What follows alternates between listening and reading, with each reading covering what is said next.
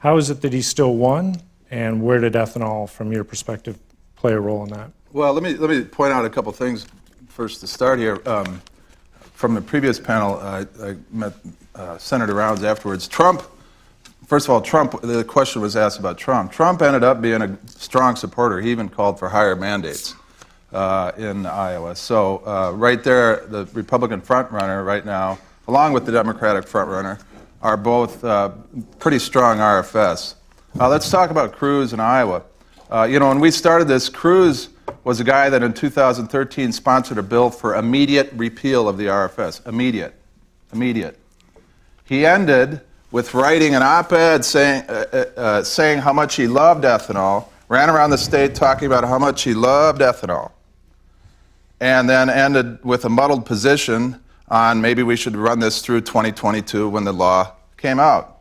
83% of Iowans, 83%, stronger than any polling on this issue, 83% caucused for a pro-RFS candidate, if you include the Democratic candidates and the Republican candidates. On any planet, but maybe the planet that Big Oil lives on, that is probably a victory. And so we're here debating all this stuff, and sometimes we use the word RFS, sometimes we use the word ethanol. If you're an opponent, you figure out what word fits best. But make no mistake, ethanol had a great day in Iowa. We picked up new Senate voices that we hadn't had before. Lindsey Graham came out for the RFS. Marco Rubio actually came out for through 2022 when the law takes hold. And I also want to point out one last thing just to answer this question. Remember 2014 and Joni Ernst?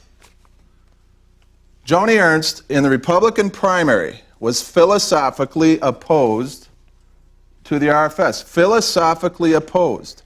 She went into the general election realizing that was an untenable position. Quickly dashed off letters to Gina McCarthy saying how she wanted a strong RVO. So make no mistake, and I'm a Democrat, if we face Ted Cruz in the general election, you can kiss Iowa goodbye if you're a Republican.